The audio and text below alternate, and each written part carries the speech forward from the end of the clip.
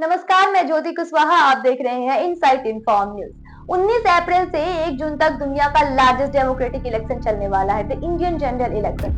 यह election literally हमारे देश का फ्यूचर डिसाइड करेगा, हमारे देश के युवाओं के, महिलाओं के, किसानों के और अर्थव्यवस्था का। लेकिन इसमें एक बहुत बड़ा स्कैम है। हमारा मोदी भगवान है और अमित शाह भगवान है, और मोदी राम और अमित शाह कृष्ण, और देश में जन्म ले लिया है ना। केजरीवाल जी ने काम तो किया है, झूठ नहीं बोलूंगा, बट ऐसा है कि कुछ काम उन्होंने ऐसा भी किए हैं जो नहीं करने चाहिए, ठीक है ना। दुख की बात तो ये है कि ये कोई आज की बात नहीं है, बल्कि सदियों से चलते आ रहा है।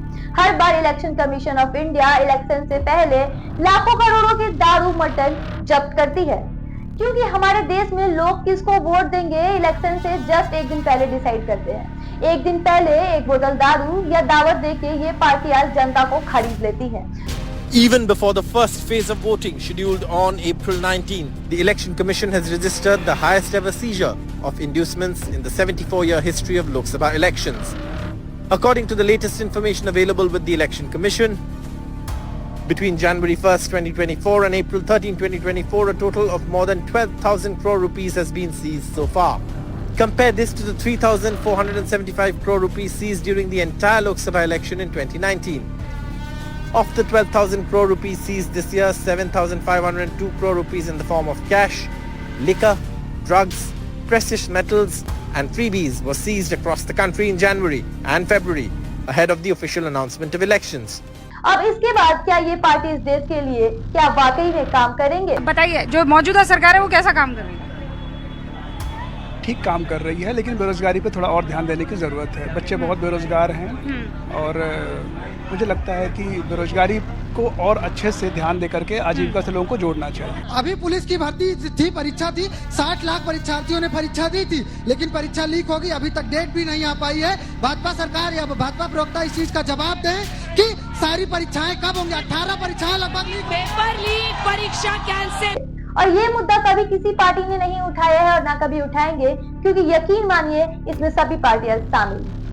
और इसलिए ये बहुत जरूरी है कि हम पार्टीज को वोट अपने पर्सनल बायसेस की वजह से नहीं, धर्म या कास्ट की वजह से नहीं, एंड इवन ऐसे प्रीवियस की वजह से भी नहीं दे, बल्कि वो पार्टीज को इंडिया को लेके क्या विजन है, क्या वो इस विजन की तरफ काम कर रहे हैं, वो इंडिया के इकोनॉमिक इंफ्रास्ट्रक्चर को लेकर क्या पॉलिसीज बना रहे हैं, उसके बेसिस पर ही वोट दे। और ये सारी बातें, सारे प्रोमिसेस उनके मैनिफेस्टोज में ही लिखे होते हैं। अब यहाँ पर भी पार्टीज अनफॉर्चुनेटली आपस में ही लड़ रहे हैं।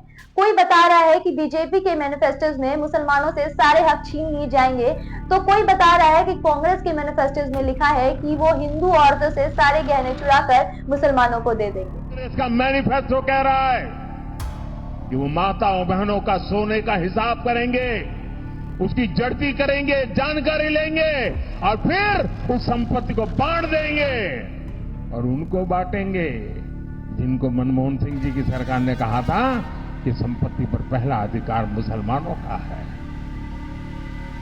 इलेक्शन के दौरान यूजुअली पार्टीज किसी भी हद तक जाके लोगों को एक दूसरे के खिलाफ डराने धमकाने लगते हैं, लेकिन हमें ये सब में नहीं पड़ना। नए भारत का लक्ष्य एकदम साफ होना चाहिए। धर्म, जात पात के नाम पर वोट मिलना एकदम बंद। हमें डेवलपमेंट दिखाओ तो ही हम वोट देंगे। कुछ समय पहले प्रिंट की एक रिपोर्ट आई थी जिसमें यह बताया था कि आज देश में लगभग 539 एमपीज है। उसमें से लगभग 29% एमपीज पर रेप, मर्डर और किडनैपिंग जैसे सीरियस क्रिमिनल चार्जेस लगे हुए हैं, लेकिन फिर भी ये लोग जीत के आ जाते हैं। आखिर कैसे? ब्रूटल रियलिटी तो ये है कि जाति के नाम पर, धर्म के नाम पर, एक बोतल दारू के नाम पर लोग जाते हैं और वोट दे के आ जाते हैं। आखिर कब तक ऐसा चलेगा? आप खुद सोचो, केरला को आज मोस्ट लिटरेट स्टेट कहा जाता है, लेकिन वहां पर भी 60% जनता मैनिफेस्टोस देखती ही नहीं है। अब ऐसे में आप बाकी स्टेट्स का अंदाजा खुद लगा लो। और इसलिए तो ये पार्टीज खुलेआम झूठ बोलती हैं। जैसे मैंने शुरुआत में ही कहा था कि धर्म, जात पात के नाम पर वोट देना एकदम बंद। हमें डेवलपमेंट दिखाओ तो ही हम वोट देंगे। और यही फिलॉसफी को फॉलो करते हुए I highly urge you guys कि आप अपनी रिसर्च खुद करें कि किस पार्टी ने कितना डेवलपमेंट किया है, किस पार्टी का विजन कितना अच्छा है, वो इस विजन की तरफ काम कर भी रहे हैं कि नहीं, उनकी पॉलिसीज क्या है, और आप खुद अपना वोट देकर आए। क्योंकि आपका एक वोट है बहुत ही बहुमूल्य। इससे आप अपना एक फर्ज बीइंग एन इंडियन अच्छी तरह से अदा कर पाएंगे। तो दैट्स इट, इस वीडियो का यही पर्पस था कि आप अपना वोट सही पार्टी को दें। सो अगर आपको ये इन्फॉर्मेशन यूजफुल लगी तो आप अपने फ्रेंड्स और फैमिली के साथ जरूर शेयर करें, ताकि उनका वोट भी सही इंसान और सही पार्टी को ही जाए। ऐसी और जानकारी के लिए देखते रहे Insight Inform News, unrevealing truth, unbiased and confirm. धन्यवाद।